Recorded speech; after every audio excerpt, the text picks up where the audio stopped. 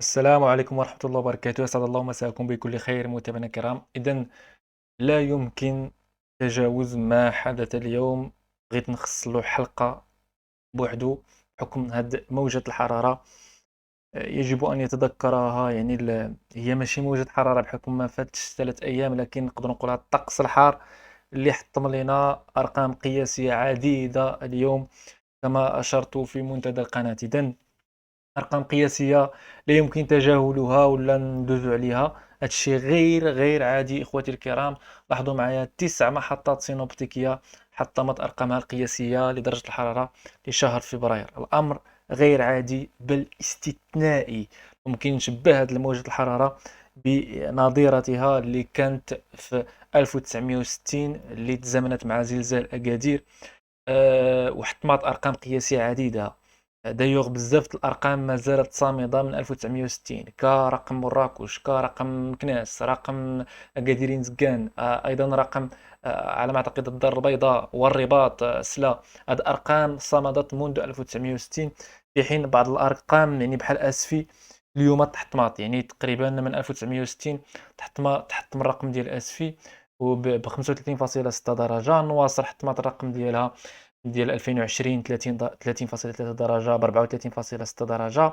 قلميم حطمت الرقم ديالها ديال 2010 ب 34 درجة. الجديدة حطمت الرقم ديالها ديال 2010 أيضا ب 34.8 درجة. أي فرق؟ لاحظوا معايا الفرق ما يزيد عن تقريبا ما يقارب 8 درجات ديال الفرق ما بين الجديدة من 8. تحطم الرقم القياسي بدرجة أو درجتين ممكن نعتبره لا بأس، لكن تحطمه بفرق السمح فرق 8 درجات يعني لواحد الكونتكست وواحد السياق ديال فبراير ماشي شهر 8 ولا شهر 7.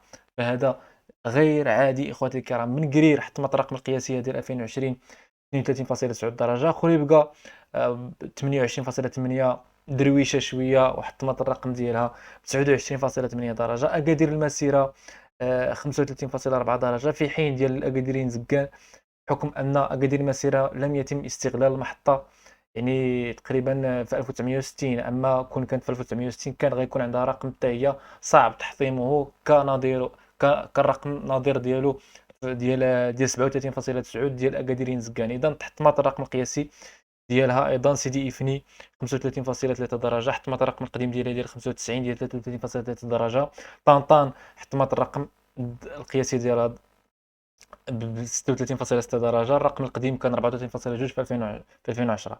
أرقام عديدة على بعد يعني تقريبا جزء من العشرة كادوا أن يحطموا، بحال ديال مكناس كما قلت لكم، بحال ديال سمارة، بحال ديال مراكش. بزاف الأرقام على شوية كان غيتحطموا.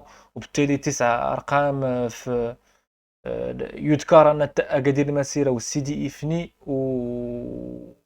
وقدير مسيره وسيدي إفني وقلميم حطموا ارقام القياسيه البارحه، وداك الشيء اللي تحطم البارحه تعاود تحطم اليوم. وبالتالي نحن امام واحد بدون تفسير. ولا طقس المغرب يعني جميع خبراء دخلوا له تويتر، جميع خبراء ديال الطقس ديال العالم اليوم حنا حديث ديال الطقس ديال العالم بهذه الارقام القياسيه اللي حطمنا اليوم. يذكر حتى يناير كنا تقريبا من الأوائل عالميا من ناحية أكثر يناير احترارا في تاريخ المغرب. ما عمرنا شفنا الليالي بحال هكا. وصلنا ل 3.6 درجة فوق المعدل. فوق المعدل هذا استثنائي ما نعيشه غير عادي.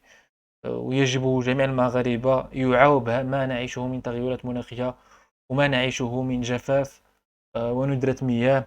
الأمر تقريبا نقدروا نقولوا يعني الفاكتور العامل الماكرو اقتصادي اللي غيأثر أكثر على بلادنا من دابا القدام هو التغيرات المناخية اللي كتمثل في الظواهر القصوى من موجات حرارة، من جفاف، إلى ما إلى ذلك. إذا إخوتي الكرام، اليوم الأول وطنيا هي سمارة ب 37.1 درجة، لكن على بعد 0.3 من تحطيم الرقم القياسي ديالها القديم. بالتالي كما كتشوفوا الأرقام قدام عينكم، هذه أرقام ديال فصل الصيف ليست شهر فبراير. إذا نكتفي بهذا القدر هذا. تبعوا معنا بعد قليل غنخوض تقريبا في التوقعات ديال الخميس ونهاية هذا الأسبوع. كاينين جبيهة ديال الأمطار غتخلي درجة الحرارة غتنخفض إن شاء الله غدا، ولكن رغم انخفاضها كتبقى فوق المعدلات الشهرية. ما عندي ما نقول، بارطاجيو هاد المعلومات في ظل يعني الشح ديالها في الويب المغربي. تحياتي لكم جميعا والسلام عليكم ورحمة الله وبركاته.